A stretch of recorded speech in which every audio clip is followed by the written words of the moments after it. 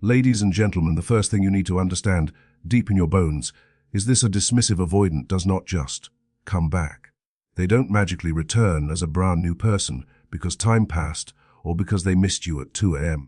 When they reappear, they bring something with them that is far more important than their body, their smile, or their apologies. They bring their pattern, the same emotional operating system that made you question your worth, doubt your reality, and slowly abandon yourself just to keep them close. And if you don't recognize that, you will confuse movement with change, and you will say yes to the exact same story that already broke you once. You have to see how your mind tricks you here. When they pop back in, your brain doesn't replay the whole relationship like a documentary. It plays the highlight reel, the laughter, the connection, the chemistry, the private language only the two of you understood, the way your heart felt when things were good. Your body remembers soft moments, your trauma remembers sharp moments, but your hope chooses which one gets the microphone. And hope is powerful, but it can also be dangerous when it makes you blind to patterns. A dismissive avoidant can miss you sincerely and still be emotionally unequipped to love you safely. Those two things can both be true. Missing you does not equal healed. Nostalgia does not equal accountability. Loneliness does not equal new capacity. The fact that they reached out does not mean they suddenly developed the emotional skills they refused to build while they had you the first time. This is why you need more than "I miss you" and "I've been thinking about you" to decide your future. When they come back, you are not only looking at their words, you are looking at whether their pattern has changed. Last time, how did they handle conflict? Did they shut down, stonewall, disappear for days, then act like nothing happened? Did they mock or minimize your feelings? Did they hide behind logic and rationality while your heart was begging to be seen? Did they make you feel like your needs were childish while their distance was normal? That is the pattern. Those are not small quirks. Those are emotional habits that shape your nervous system, your self-esteem, and your quality of life. And here is the brutal part that no one wants to hear. If you take them back without seeing clear evidence that those patterns have shifted, you are not signing up for a second chance at love. You are signing up for a slower, deeper version of the same heartbreak, because now your mind will blame you for going back. It will whisper, "You knew better, and you still chose this."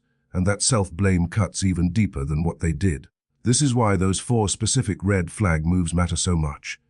They are not random. They are the behaviors that reveal whether you are stepping back into a dynamic where you will lose yourself. When they come back and refuse to take real accountability.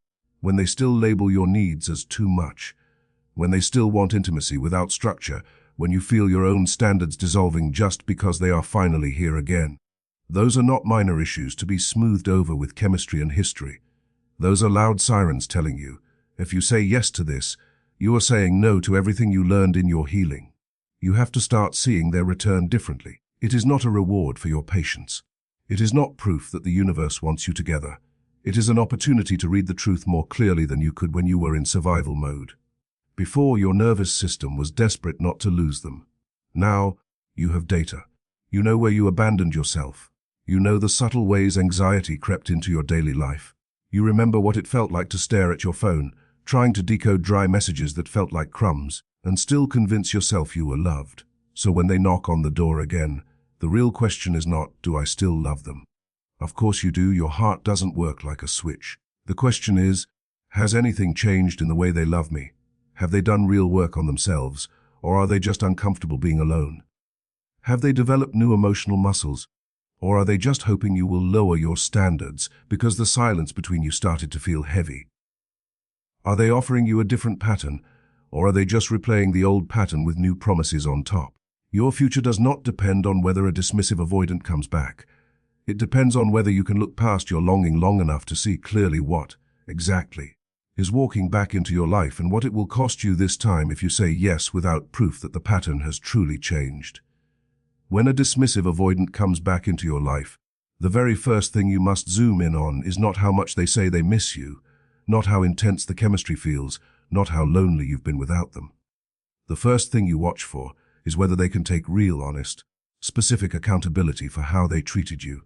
Because if they can't own it, they can't change it, and if they can't change it, you are signing up for the exact same wounds all over again, just with a fresh coat of, "I promise I'll do better." There is a huge difference between apology and accountability. An apology can be quick, vague, and emotionally cheap. "Yeah, I know I messed up. I'm sorry you felt that way." Let's just forget the past and focus on the future. Those are non-apologies. They are escape hatches. They're designed to move past the discomfort of what they did without actually sitting in it. Accountability sounds different. Accountability is not afraid of details. It sounds like, I shut down instead of talking when you needed reassurance. I made you feel like your needs were unreasonable. I disappeared when things got intense instead of learning how to stay. It names behaviors. It acknowledges the impact on you. It doesn't rush to, but you also, or we were both toxic. It sits in the truth even when the truth is uncomfortable. Watch what they do when you talk about the past. Do they lean in or shut down? Do they let you finish your sentences or interrupt to defend themselves? Do they try to understand your experience, or are they more interested in correcting your version of events? A dismissive avoidant who is not ready to grow will minimize everything.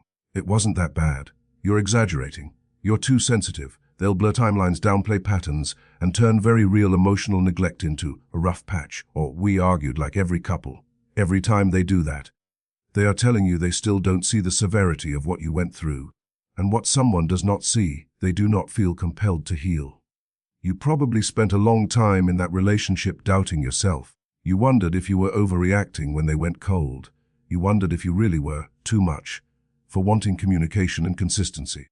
You wondered if you were the problem because they seemed so logical and unaffected while you were drowning in confusion. Accountability from them is not just about them saying sorry.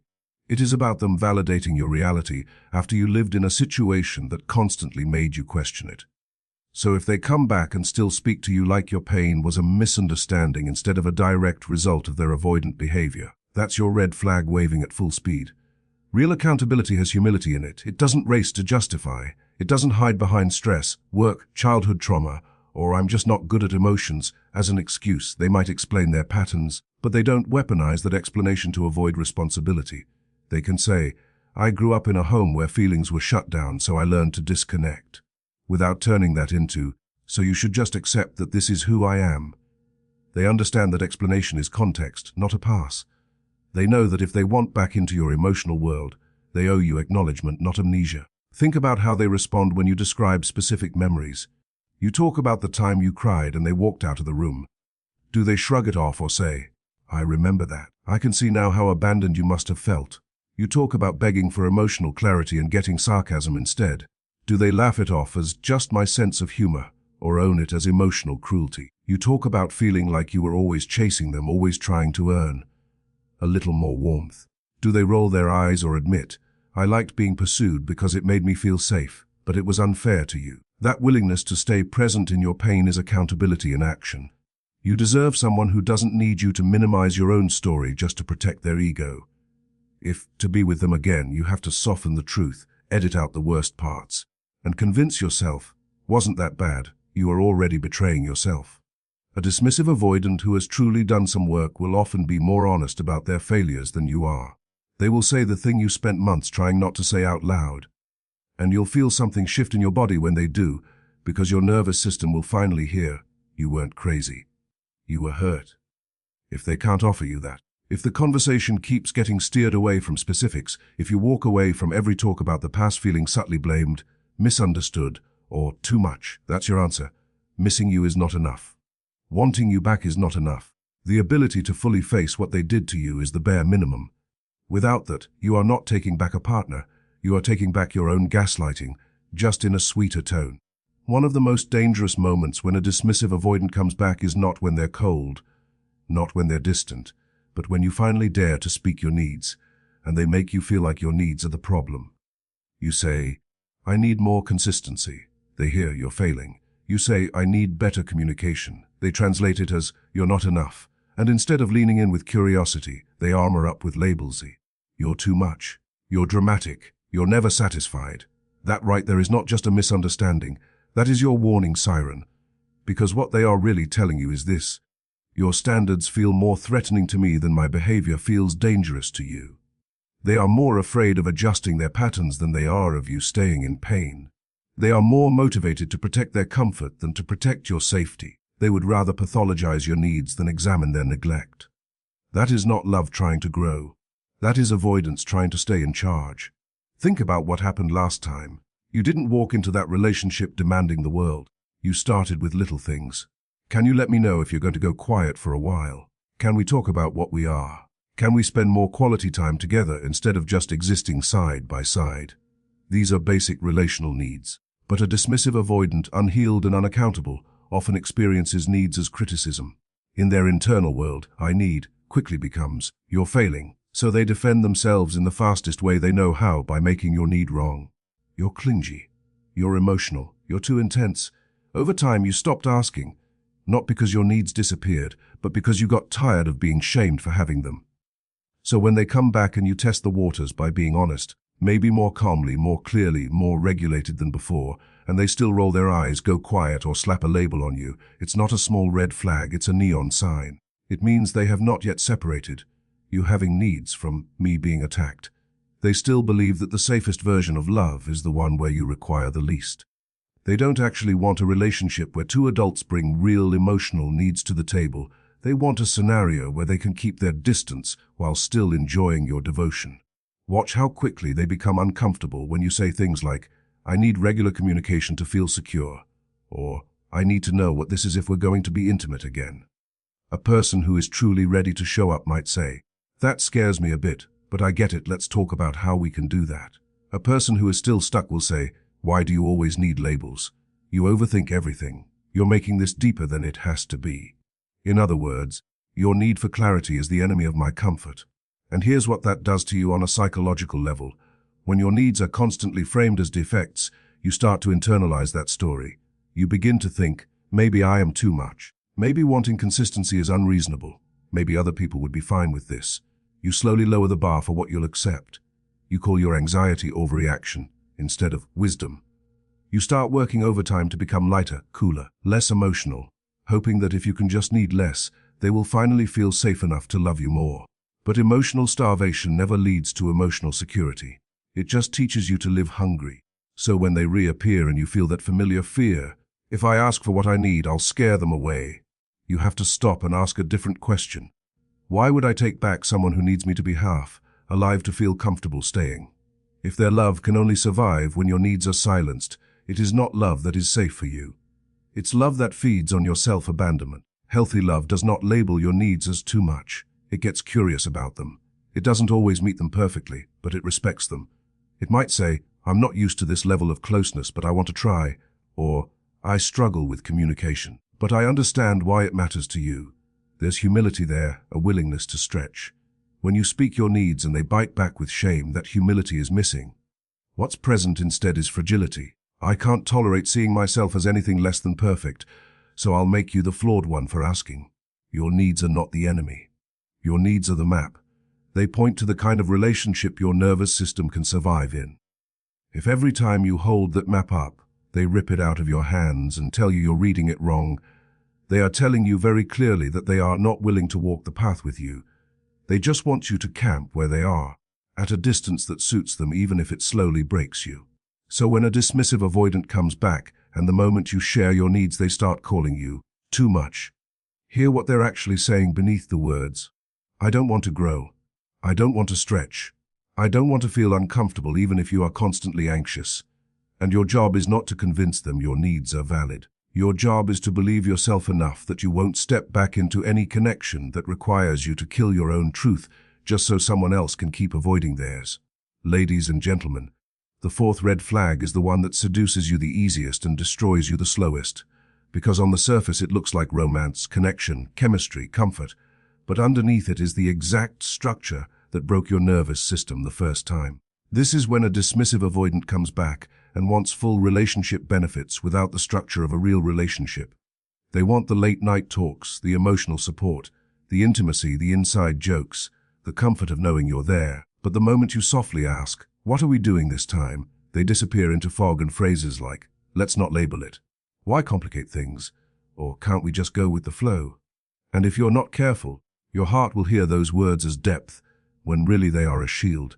You have to understand what benefits without structure means for your body.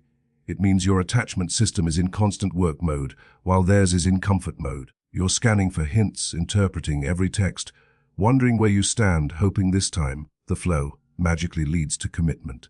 They, on the other hand, are enjoying all the emotional and physical closeness they missed. but without making any promises that could trigger their fear of responsibility. You are trying to build a future. They are trying to re-experience the parts of the past that felt good, minus the discomfort of accountability. That is not mutual. That is extraction. Look at how it shows up. They call you when they're lonely, when they're stressed, when they've had a bad day, because you were always the safe harbor. They flirt. They reminisce. They say things like, "I don't feel this with anyone else," or "You know me better than anyone," and your heart melts because that's what you always wanted to hear. Maybe you start sleeping together again. Maybe you're having long, deep conversations at 1 a.m. about life, pain, dreams. In those moments, your nervous system whispers, "We're back. This is us." But every time you approach the edge of clarity, are we trying again? What do you want this to be? Can we talk about how this is going to be different? Suddenly the energy shifts. They go vague. "I don't want to rush it. Labels ruin things. Let's just see where this goes." It feels like someone yanked the floor from under you, but because the chemistry is strong, you convince yourself to stay patient. This is where you must be ruthlessly honest with yourself. You don't actually want no labels. You want security. You want to know if your heart is safe in this person's hands.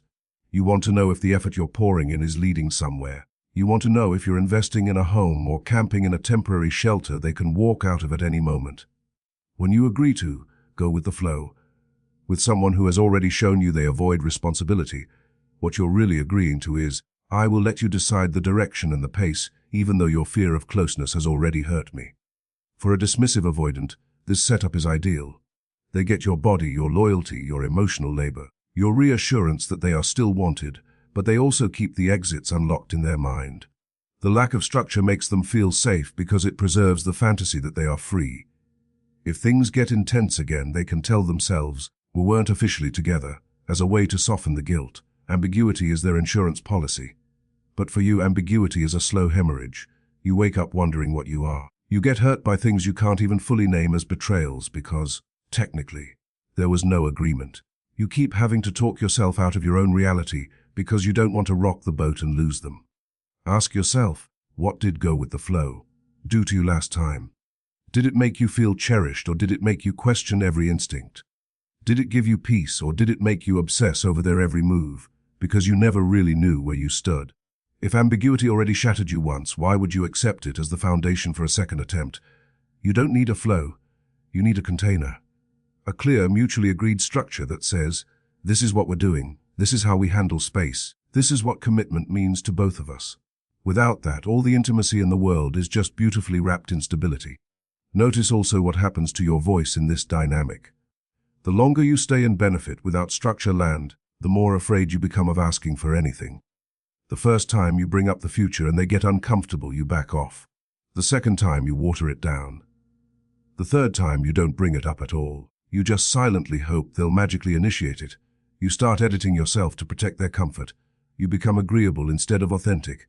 That's how self-betrayal feels at the beginning: polite, understanding, chill, and then months later, it turns into resentment and exhaustion.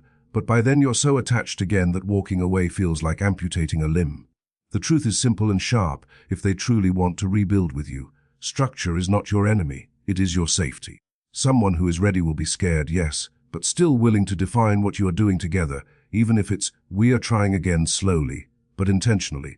Someone who wants only benefits will pressure you to stay vague, to not overthink it, to just enjoy what we have. That pressure is your answer. Your job is not to convince them that clarity is not scary. Your job is to honor the part of you that almost didn't survive living in the gray zone the first time and refuse to go back there just because the attention feels good again. Ladies and gentlemen, the fifth keynote is not really about what the dismissive avoidant does. It's about what you do the second they show up again, and that makes it the most dangerous of all. Because sometimes the biggest red flag is not their behavior. It's the way your own soul starts to bend. You spent months, maybe years, crawling out of the wreckage of that relationship. You cried, you journaled, you watched videos, you learned about attachment, you promised yourself, "Never again will I ignore my needs like that. Next time I'll walk away sooner. I will never beg anyone to choose me again." Those promises weren't just words. They were the scaffolding that held you together when you could barely stand. And then one day there they are. A text, a call. "Hey stranger, I've been thinking about you." And without even realizing it, you feel something inside you whisper, "Forget all that. They're back." This is the red flag. The instant quiet dropping of your own healing and standards just because their presence has returned. You feel it when you start rewriting history in your mind. The nights you spent sobbing become, what had challenges. The constant anxiety becomes, I was just too sensitive. The way they dismissed your needs becomes, we just weren't on the same page. You start editing your own memories to make it easier to say yes. That is not love speaking. That is addiction speaking. That is your nervous system craving the familiar hit of their attention, even if it almost destroyed you last time. And if you don't catch it, that craving will talk you out of every boundary you built. You'll notice it in tiny, seemingly harmless choices. You said you wouldn't respond right away if they ever came back, but your fingers are already flying before your brain catches up. You said you'd never again get pulled into late-night emotional conversations without clarity, but here you are at 1:37 a.m., pouring your heart out because they finally opened up a little. You said you'd protect your mornings, your work, your routines, but suddenly you're staying up late, losing sleep, checking your phone in between everything you do, just like before. None of this happens with a dramatic decision. It happens with a series of tiny self-abandonments that feel like, it's just this once. But just this once is exactly how the last version of the story started. The most painful part is that you can feel the split inside you. One part of you is thrilled. It's the part that missed them, that remembers the good, that wants to believe people can change. The other part is quieter but older.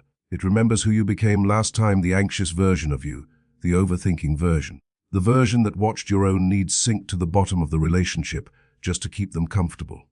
When that older, wiser part speaks, you feel a knot in your stomach, a tightness in your chest, a sense that something is off. But instead of listening, you hush it. You tell yourself, don't ruin this. Maybe it's different now. Maybe I was too rigid. Maybe this is my last chance. And with every rationalization, you are not trusting them more, you are trusting yourself less. This keynote is so important because it exposes the real danger, not just that they might hurt you again, but that you might betray yourself again. Healing taught you to hear your own no. It taught you what your nervous system can and cannot live with. It taught you the difference between healthy discomfort and soul-level misalignment. When you drop all of that because you're scared this might be your only shot at love, you're sending a deep message to yourself. I don't believe I can get better than this. And your life will always rise or fall to the level of what you believe you deserve. There is a very different energy when someone returns and you keep your healing in the room with you. You can answer their message, you can meet for coffee, you can listen, you can even feel the old feelings, but you don't automatically demote your boundaries just because they're finally offering what you begged for in the past. You let their actions unfold over time instead of declaring they've changed because they said the right sentence. You keep talking to your friends, you keep your routines, you keep checking in with your body. Do I feel safer or am I starting to shrink again? You remember what you promised yourself on the nights they weren't there. You treat those promises as sacred, not negotiable. The real test is simple but uncompromising. Does their return support the version of you that healed, or does it quietly require you to resurrect the version that tolerated confusion, starvation, and self-abandonment? If you feel yourself becoming smaller, quieter, less honest, less willing to make a fuss, you're not getting a second chance at love. You're getting another opportunity to abandon yourself in the same place you almost lost yourself before. And as much as you may love them, you are not on this earth to repeatedly sacrifice your sanity for someone who only feels safe when you are half of who you are.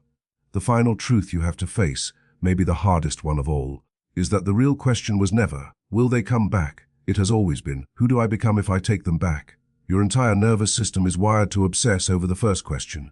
You replay every moment, read every sign, pull cards, watch videos, look for patterns in their silence and in their texts, waiting for that one clear answer, yes, they are returning. But think about how small that keeps you.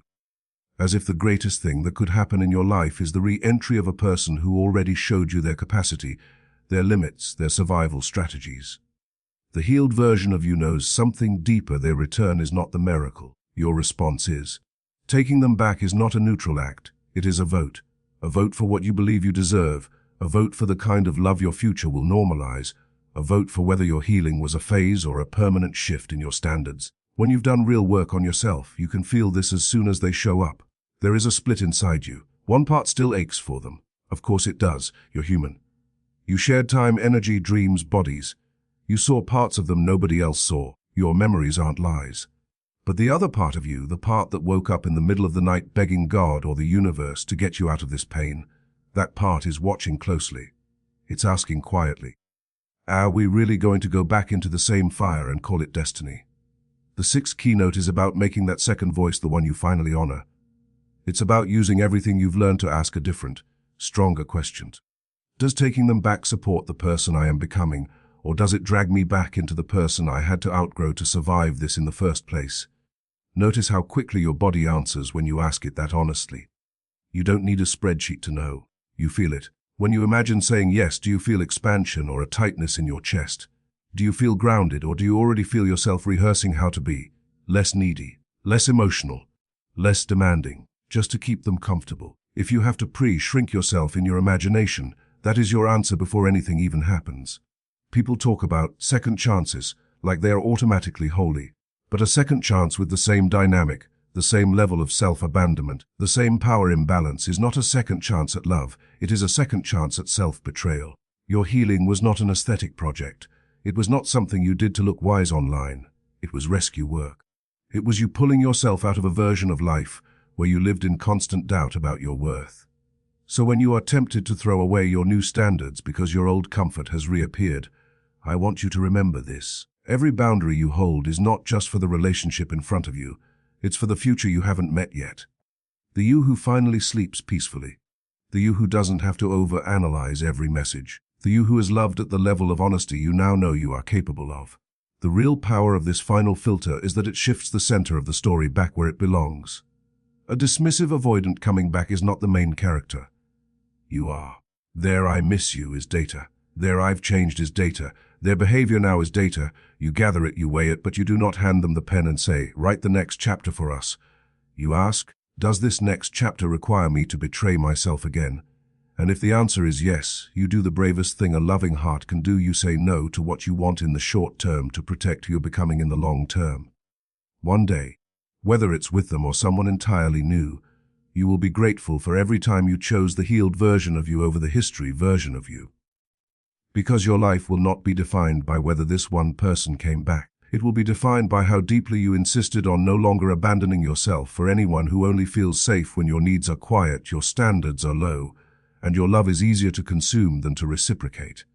The final filter is simple. If being with them again costs you the self you fought so hard to build, the price is too high, no matter how familiar the love feels.